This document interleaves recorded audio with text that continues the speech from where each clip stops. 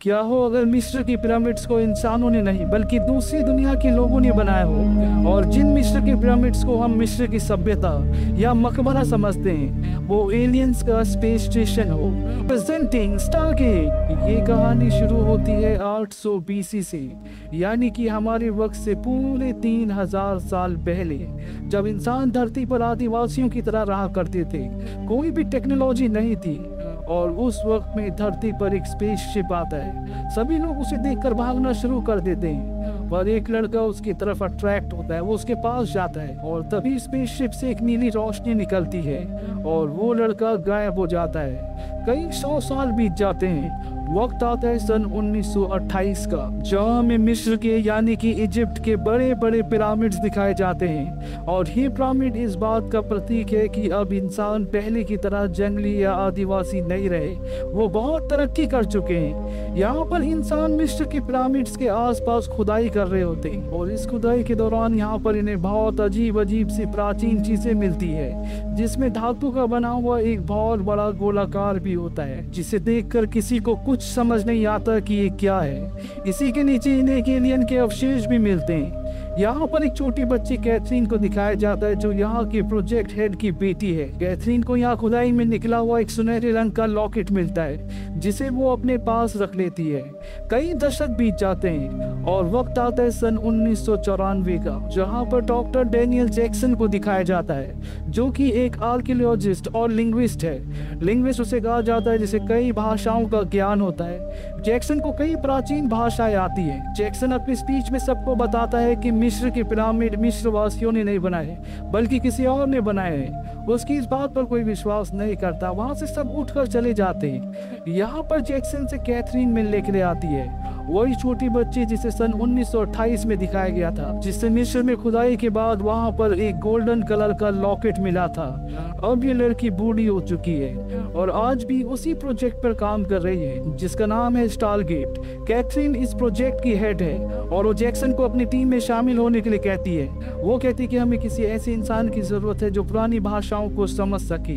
Jackson उनकी team में शामिल हो जाता है और जब वो उस बेस पर पहुंचता है जहां पर उसे प्राचीन भाषा को समझना है, तो बोर्ड पर लिखे हुए कुछ प्राचीन शब्दों को, जिनका अनुवाद गलत किया होता है, कुछ ही पलों में पूरी तरह से ठीक कर देता है। अब यहाँ पर कर्नल ओनिल आते हैं। वो कहते हैं कि अब इस प्रोजेक्ट का हेड मैं हूँ, यानी कि जो भी यहाँ पर काम होगा उसकी पूरी जानकारी कर्नल ओनिल को भी होनी चाहिए। जैक्सन को भी बहुत बड़ा पत्थर दिखाया जाता है। ये वही पत्थर होता है जो आज से कई साल पहले यानी कि सन 1928 में मिस्र की पिरामिड में मिला था, और इसी पत्थर के नीचे वो गोलाकार धातु थी जिसे स्टारगेट कहा जाता है। जैक्सन इस पत्थर पर बने चिन्हों को समझने की कोशिश करता है, पर वो पूरी तरह से समझ नहीं पाता।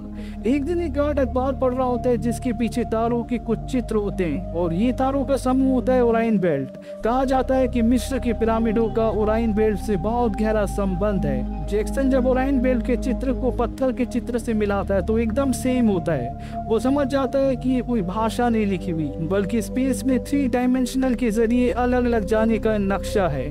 और ये सारी बात वो अपनी टीम को बताता है। वो बोर्ड पर एक 3 डायमेंशनल क्यूब बनाता है जिस पर वो 6 पॉइंट्स मार्क करता है, और इसके बाद वो सबको आपस में मिला देता है। जैक्सन कहता है कि सेंटर पॉइंट से हम किसी भी जगह पर जा सकते हैं। यहीं पर बैठा हुआ एक आदमी बोलता है, पर सेंटर पॉइंट तक जाने के लिए हमें 7वीं जगह की जरूरत है। 7वीं जगह कहाँ पर है? जैक्सन बताता है कि हमारी अर्थ यानी कि जो हमारी लोकेशन है वही 7वीं जगह है। वो उस पत्थर पर बने एक चित्र को यहाँ पर बनाता है जो कि पिरामिड की तरह होता है, जिसके दोनों तरफ 2 लोग होते हैं। वो कहता है कि इन दोनों आदमियों का कोई मतलब नहीं है, ये पिरामिड यानी कि यही 7वां प्लेस है। तभी यहाँ पर एक आदमी बोलता है, लेकिन डिवाइस में 7वीं जगह यानी कि ये निशान कहीं पर भी नहीं है। जैक्सन को पता चल चुका है कि इनके पास कोई डिवाइस है, यानी कि वही धातु का बना हुआ गोला जिसे स्टारगेट कहा जाता है। जैक्सन को लैब के अंदर ले जाया जाता है, जहाँ पर उस स्टारगेट को देखता है जो घूम रहा होता है, यानी कि वो एक्टिवेटेड है। और जैक्सन अब 7वां निशान जो कि पिरामिड का होता है उस पर देख लेता है, यानी कि वो हमारी धरती का निशान है। और अब जैक्सन ने जिस ऑर्डर में इन 7 निशान को प्लेस किया होता है, एक एक करके उन निशानों को स्टारगेट पर लॉक किया जाता है। और जैसे वो 7वां निशान लॉक करते हैं तो स्टारगेट के अंदर एक वर्म होल एक्टिवेट हो जाता है। ये देखकर ये सभी खुश होते हैं। इसके बाद ये वर्म होल के अंदर एक ट्रैकर डिवाइस डालते हैं हैं ताकि इन्हें पता चल सके कि अगर ये इसके अंदर एंटर करेंगे तो ये कहाँ पहुंचेंगे। और जल्दी उस ट्रैकर डिवाइस से इन्हें पता चल जाता है कि वो एक दूसरी गैलेक्सी में पहुंच चुका है। वो एक ऐसी जगह पर है जो धरती की तरह है, और जिस तरह से इनका डिवाइस स्टारगेट के जरिए उस दूसरी दुनिया में पहुंचा है, एक ऐसा स्टारगेट वहां पर भी है, पर उस पर जो भाषा लिखी है वो पूरी तरह से अलग है। और यही सबसे बड़ी प्रॉब्लम है, क्योंकि अगर ये उस तरफ जाते हैं तो वापस आने के लिए इन्हें जो कोऑर्डिनेट्स की जरूरत होगी, यानी कि सही क्रम में जो निशान लगाने की जरूरत होगी, ये उसे नहीं लगा पाएंगे और हमेशा के लिए उस दुनिया में पहुंच जाएंगे। पर जैक्सन सबको विश्वास दिलाता है कि वो दोबारा से ऐसा कर सकता है। इसीलिए कर्नल ओनिल जैक्सन और इनकी एक पूरी टीम उस टारगेट से दूसरी दुनिया में जाने की तैयारी करती है। और जब जैक्सन अपना सामान बांध रहा होता है तो उसके पास कैथरीन आती है। वो उसे वही लॉकेट देती है जो सन 1928 में उसके पिता को खुदाई के दौरान मिला था। और अभी पूरी की पूरी टीम स्टारगेट के अंदर एंटर कर जाती है और कुछ ही देर बाद ये एक दूसरी दुनिया में होते हैं। वहाँ पर भी एक ऐसा स्टारगेट होता है। ये एक पूरी तरह से अंधेरी जगह होती है और जब ये बाहर आते हैं तो देखते हैं कि ये एक पिरामिड है, बिल्कुल वैसे ही जैसे मिस्र में पाए जाते हैं। कुछ देर बाद अब ये सब वापस जाना चाहते हैं और जैक्सन इन सबको बताता है कि जिस तरह से हमारी दुनिया में खुदाई के दौरान निकला हुआ एक पत्थर जिसे टैबलेट भी कहा जाता है, उस पर जो निशानों का सीक्वेंस मिला था, जो यहाँ आने का एक रास्ता था, ऐसा पत्थर ऐसा टैबलेट मुझे यहाँ पर कहीं नहीं मिला। और अगर हमें वापस जाना है तो हमें उस टैबलेट को ढूंढना होगा। यानी कि निशान सही ऑर्डर में दबाने से आप दूसरी दुनिया के स्टारगेट तक पहुंच जाओगे। अभी सब के सब यहाँ पर फंस चुके हैं, इसीलिए सब के सब जैक्सन से नाराज हैं। एक आर्मी ऑफिसर उसका बैग उठाकर फेंक देता है और जैक्सन जब उस तरफ जाता है तो वो देखता है कि वहाँ पर किसी के पैरों के निशान है। वो निशानों का पीछा करता है और उसके सामने एक अजीब सा जानवर दिखता है और जब वो उसके पास जाता है तो वो देखता है कि उसे रस्सियों से बांधा हुआ है, यानी कि ये एक पालतू जानवर है। तभी यहाँ पर बाकी आर्मी ऑफिसर्स भी आ जाते हैं। जैक्सन उन्हें बताता है कि ये एक पालतू जानवर है और वो उसकी गर्दन पर 3 बार थपथपाता है। दरअसल ये साइन होता है आगे चलने का और वो जानवर भागना शुरू कर देता है। जैक्सन का पैर उसी जानवर से बंधी हुई एक रस्सी में फंस जाता है और वो घिसटता हुआ बहुत आगे तक जाता है। कुछ देर बाद जब बाकी आर्मी ऑफिसर्स वहाँ पर आ जाते हैं तो ये सब के सब देखते हैं कि यहाँ पर इन्हीं के जैसे कई सारे लोग हैं जो पूरी तरह से असभ्य हैं। जिस तरह धरती पर 3000 साल पहले इंसान हुआ करते थे, ये सब उनके सामने जाते हैं। और जब इनमें से एक आदमी जैक्सन के गले में वो लॉकेट देखता है जो उसे कैथरीन ने दिया था, जो सन 1928 में खुदाई में निकला था, तो सब के सब इनके आगे झुक जाते हैं। अब इनका सरदार भी यहाँ पर आता है और इन सबको उस जगह इनवाइट करता है जहाँ पर ये सब रहते हैं। जब ये सब वहाँ पहुँच जाते हैं तो ये देखते हैं कि वहाँ पर एक बहुत बड़ा गोलाकार मेटल है जिस पर ठीक वैसे ही निशान है जिस तरह से जैक्सन के गले में लॉकेट पर है। दरअसल ये इनके सन गॉड का निशान होता है और इन सब लोगों को ये लगता है कि जैक्सन और उसके साथियों को इनके सन गॉड ने यहाँ पर भेजा है, इसीलिए उनके आगे झुक गए थे। और अब रात को यहाँ के सभी लोग इकट्ठे होते हैं जहाँ पर जैक्सन को अजीब तरीके से तैयार किया जाता है, यानी कि ये एक तरह का रिचुअल होता है। उसके बाद उसे कमरे में भेज दिया जाता है और यहाँ का जो सरदार होता है उसकी बेटी उसके कमरे में आती है। वो अपने कपड़े उतार रही होती है लेकिन जैक्सन उसे मना कर देता है। वो कहते हैं कि तुम्हें ऐसा करने की जरूरत नहीं है। इसके बाद जैक्सन रेत पर पिरामिड का चित्र बनाकर उसे बताने की कोशिश करता है कि वो कहाँ से किस दुनिया से आया है, पर वो उसे अच्छे से समझा नहीं पाता। पर अगले पल वो लड़की भी उसी तरह का एक चित्र बनाती है, साथ ही ऊपर वो सन भी बनाती है। जैक्सन उससे इशारे से पूछता है कि तुमने इस जगह को कहाँ पर देखा है, क्योंकि वही कोऑर्डिनेट्स वही चित्र हैं जिन्हें सही ऑर्डर में सेट करने पर ये अपनी दुनिया के स्टारगेट तक पहुंच जाएंगे। अब कबीले की सरदार की लड़की जैक्सन को उस जगह तक ले जाती है। तभी वहां पर उसके बाकी साथी भी आ जाते हैं। जैक्सन यहाँ पर दीवारों पे लिखी हुई भाषा को समझ जाता है और वो अपने साथियों को बताता है कि आज से हजारों साल पहले एक मरती हुई दुनिया का एलियन अपनी दुनिया से भाग गया। वो अपनी जिंदगी को बढ़ाना चाहता था। वो एक ग्रह से दूसरे ग्रह पर गया और इसके बाद वो अर्थ पर पहुंचा जहाँ पर उसने इंसानों को देखा जो उसके स्पेसशिप को देखकर भाग रहे थे। पर उन्हीं इंसानों में से एक बहादुर इंसान उसके स्पेसशिप के पास आया जिसकी बॉडी के अंदर उसने अपनी सोच को अपने आप को ट्रांसफॉर्म कर लिया, यानी कि वो एलियन एक इंसानी रूप ले चुका था। इसके बाद उस एलियन ने अपने आप को धरती पर इंसानों का राजा घोषित कर दिया, उनसे बड़े बड़े पिरामिड्स बनवाए। साथ ही साथ जिस टारगेट से हम यहाँ पर आए, इस दुनिया में आए, वो पृथ्वी से कई इंसानों को यहाँ पर लाया ताकि वो माइनिंग करवा सके, जो यहाँ से एक खास तरह का मिनरल निकालते हैं जो उसकी टेक्नोलॉजी का सबसे बड़ा सोर्स है। यानी कि इस दुनिया में जो लोग रहते हैं वो पृथ्वी के हैं और जो भाषा ये बोलते हैं वो हजारों साल पुरानी इजिप्ट की भाषा है। जैक्सन यहाँ पर सबको ये भी बताता है कि जैसे जैसे धरती पर इंसान विकसित हुए, उन्होंने एलियन की, जिसका नाम रा था, जो कि इंसानी रूप में था, उसके खिलाफ विद्रोह कर दिया और स्टारगेट को हमेशा के लिए दफना दिया। अब इन्हें यहाँ पर वो कैप्सूल, वो पत्थर भी मिल जाता है जिस पर वो सारे निशान है, जिन निशानों के जरिए ये अपनी दुनिया की स्टारगेट तक पहुँच सकते हैं। पर इसमें जो 7वां साइन होता है वो टूटा हुआ होता है और उसके बिना ये वहां नहीं पहुंच सकते। वहीं दूसरी तरफ पिरामिड में दिखाया जाता है जिसके ऊपर एक बहुत बड़ा स्पेसशिप आता है जो हूबहू पिरामिड की तरह होता है, पर आकार में वो उससे भी बड़ा होता है। वो ठीक पिरामिड के ऊपर लैंड कर जाता है, यानी कि ये जो पिरामिड है ये स्पेसशिप के लैंड करने की जगह है। स्पेसशिप से एलियंस निकलते हैं और अंदर जो जैक्सन और ओनिल के कुछ साथी होते हैं वो उनमें से 2 को मार देते हैं और 2 को बंदी बना लेते हैं। वहीं अब जैक्सन और कर्नल ओनिल अपने 2 साथियों के साथ पिरामिड की तरफ निकल पड़ते हैं। साथ ही कबीले के सरदार की बेटी साउरी, जिसे जैक्सन को ऑफर किया गया था, वो भी अपने कुछ साथियों के साथ इनका पीछा कर रही होती है।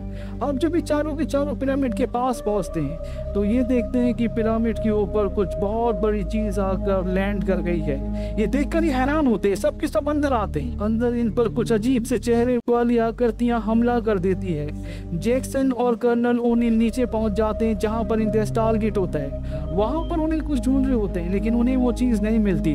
जैक्सन उनसे पूछता भी है कि तुम क्या ढूंढ रहे हो, पर वो उसे नहीं बताते। और तभी यहाँ पर कुछ एलियंस आते हैं और इन दोनों को पकड़ कर एक दूसरी जगह ले जाते हैं जहाँ पर एक और एलियन आता है जिसको देखकर साफ पता चलता है कि ये इन सब का लीडर है। ये होता है रा, जिसे इस दुनिया के लोग भगवान मानते हैं। रा अपनी जगह पर बैठ जाता है और उसके चेहरे पर जो नकाब होता है वो उस नकाब को हटाता है और ये वही लड़का होता है जो आज से 3000 साल पहले यानी 800 BC में धरती पर उस एलियन शिप के पास गया था जो धरती पर आया था। और उस स्पेसशिप में जो लड़का था उसने उस एलियन की बॉडी पर अपना कब्जा कर लिया था और आज भी ये उतना ही जवान होता है जितना 3000 साल पहले था। और ये इस दुनिया का ईश्वर है जिसे यहाँ के लोग रा के नाम से जानते हैं और इसके पास सिर्फ इंसानी शरीर है। ये आत्मा से, दिमाग से, कहीं से भी इंसान नहीं है, ये एक एलियन है। अब यहाँ पे रा के जो लोग होते हैं वो उस बॉम्ब को भी लाते हैं जिसे कर्नल ओनिल यहाँ पर ब्लास्ट करना चाहता था। दरअसल रा को ये बात पता चल गई थी और उसने इस बॉम्ब पर अब अपना कब्जा कर लिया।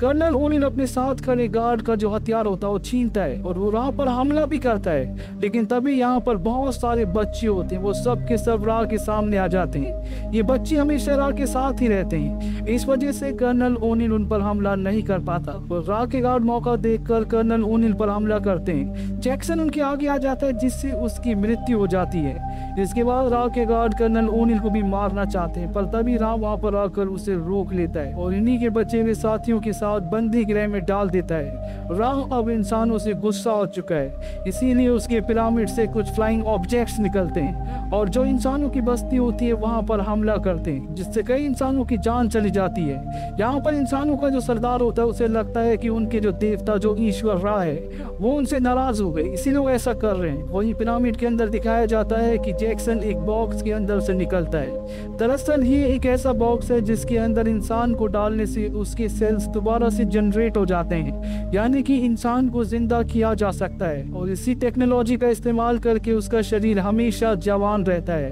अब जैक्सन जिंदा हो चुका है। रा उसके सामने आता है, वो कहता है कि तुम्हारा दोस्त यहाँ पर न्यूक्लियर बॉम्ब लेकर आया और कल जिस टारगेट से तुम यहाँ तक इस दुनिया में पहुंचे हो उसी टारगेट से इस न्यूक्लियर बॉम्ब को तुम्हारी दुनिया में भेजूंगा, पर मैं अपनी टेक्नोलॉजी से, अपनी मिनरल से इसकी पावर 100 गुना ज्यादा बढ़ा दूंगा ताकि तुम्हारी पूरी दुनिया खत्म हो जाए। जैक्सन पूछता है कि तुम ऐसा क्यों करना चाहते हो। रा कहता है कि मैंने उस दुनिया को बनाया है, मेरी वजह से तुम्हारी दुनिया विकसित हुई थी और अब मैं ही उसे खत्म करूंगा। कल पिरामिड के पास मैंने अपने सभी वर्कर्स को बुलाया है, इससे पहले कि वो मेरे ऊपर कोई सवाल करें तो मैं अपने सभी साथियों को मेरे कहने पर उनके सामने मारना होगा ताकि उन्हें यकीन हो जाए कि उनका एक ही ईश्वर है। जैक्सन कहता है कि अगर मैंने ऐसा नहीं किया तो।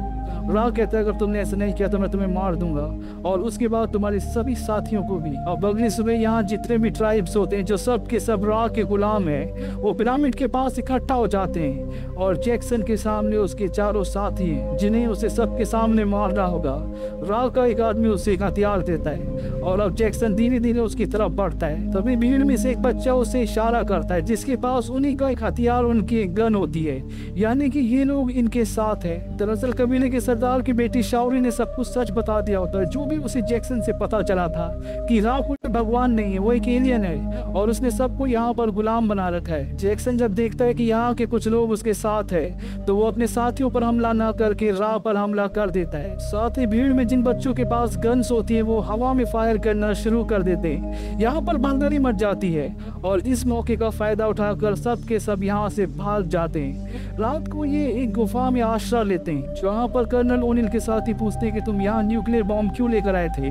वो बताते हैं कि अगर यहाँ पर कोई खतरा होता तो मैं तुम सबको वापस भेजकर इस बॉम्ब को ब्लास्ट कर देता और कल भी मैं ऐसा ही करने वाला हूँ। साथ ही यहाँ पर विलियम को एक और बात पता चलती है कि कबीले के सरदार की जो बेटी है जिसका नाम शाओरी है, उससे उसकी शादी हो चुकी है। विलियम भी शाओरी को पसंद करता है, उससे प्यार करता है, इसीलिए वो उसे पत्नी के तौर पर एक्सेप्ट कर लेता है। अगली सुबह जब ये उठते हैं तो देखते हैं कि शाओरी के भाई ने दीवार पर एक चित्र बनाया होता है और ये चित्र इस प्लेनेट का होता है जिसमें पिरामिड के साथ 3 चांद होते हैं। विलियम समझ जाता है कि जो 7वां टूटा हुआ साइन था वो यही है और अब इनके पास अपनी दुनिया में वापस जाने के लिए सही ऑर्डर में सही निशान है, जिसे टारगेट पर सेट करने के बाद ये धरती पर पहुंच जाएंगी। वही दूसरी तरफ रा का एक आदमी जो पूरी तरह से नकाब पहने हुए है वो माइंस के बाहर आता है क्योंकि उसे यहाँ से मिनरल लेकर जाना है। और तभी वहाँ पर कर्नल ओनिल आकर उसे मार देते हैं। ये देखकर सरदार और सभी लोग डर जाते हैं। वो अपने घुटनों के बल बैठकर अपने ईश्वर रा से माफी मांगना शुरू कर देते हैं। और तभी कर्नल ओनिल रा के उस आदमी को जिसे उन्होंने अभी मारा है उसके शोल्डर पर एक बटन दबाते हैं, जिस बटन को दबाने के बाद उसका नकाब पूरी तरह से हट जाता है। यहाँ पर सभी गुलाम लोगों को पता चल जाता है कि ये ईश्वर नहीं है बल्कि ये भी हमारी तरह इंसान है जिन्होंने नकाब पहने हुए और इतने सालों से वो सिर्फ एक भ्रम की दुनिया में थे। अब जैक्सन, ओनिल, शाओरी और कुछ बच्चे मिनरल्स लेकर पिरामिड के अंदर पहुंच जाते हैं और जब उनके सामने रा के गार्ड्स आते हैं तो उन सबको मार देते हैं। इसके बाद जैक्सन, ओनिल और शाओरी उस जगह जाते हैं जहाँ पर न्यूक्लियर बॉम्ब होता है। कर्नल ओनिल उस बॉम्ब को एक्टिवेट कर देते हैं। वो जैक्सन को कहते हैं कि तुम अपनी दुनिया में वापस चले जाना और वहां से स्टारगेट को हमेशा के लिए खत्म कर देना।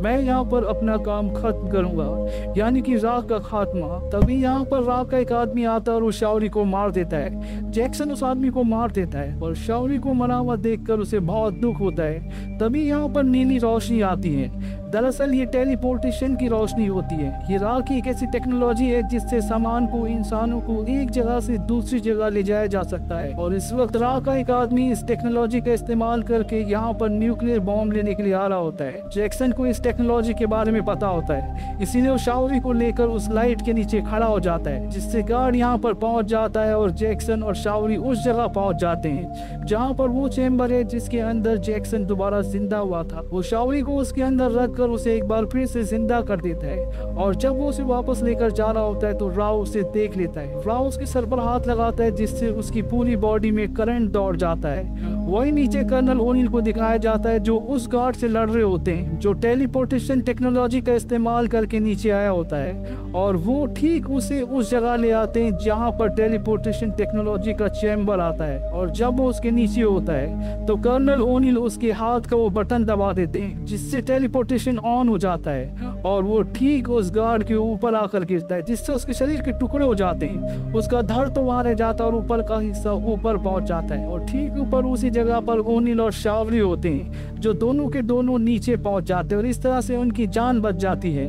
बाहर के जितने भी इंसान होते हैं उन सब ने यहाँ पर विद्रोह कर दिया है जैसे कभी पृथ्वी पर किया था। रा समझ चुका है कि उसका खेल यहाँ पर खत्म हो गया है, इसीलिए पिरामिड के ऊपर जो उसका स्पेसशिप होता है वो उसे उड़ाकर यहाँ से निकलना शुरू कर देता है। वहीं नीचे ओनिल न्यूक्लियर बॉम्ब को ऑफ करने की कोशिश करता है पर रा ने इसकी पूरी सेटिंग चेंज कर दी थी, इसीलिए ऑफ नहीं हो रहा होता। इन्हें कुछ समझ नहीं आता कि इन्हें क्या करना है क्योंकि कुछ ही सेकंड्स में ये फटने वाला होता है। और तभी उस आदमी का धड़ देखते हैं जिसके हाथ में टेलीपोर्टेशन का बटन है और न्यूक्लियर बॉम्ब को वो उसके नीचे रखकर बटन को ऑन कर देते। वहीं ऊपर रा को स्पेसशिप में दिखता है कि कोई टेलीपोर्टेशन से ऊपर आ रहा है। उसे लगता है कि कोई इंसान उसका सामना करेगा पर अगले पल उसके सामने न्यूक्लियर बॉम्ब होता है जिसे फटने में चंद सेकंड्स बचे होते हैं और अगले पल एक जोरदार ब्लास्ट होता है। और राज जिसने कई 100 सालों तक धरती पर इंसानों के ऊपर राज किया, उनसे मिस्र के पिरामिड्स बनवाए, यहाँ के लोगों को हजारों सालों तक अपना गुलाम गुलाम बनाकर रखा, उन्हें एजुकेट नहीं किया ताकि वो धरती के लोगों की तरह रिपेलियस ना हो जाए।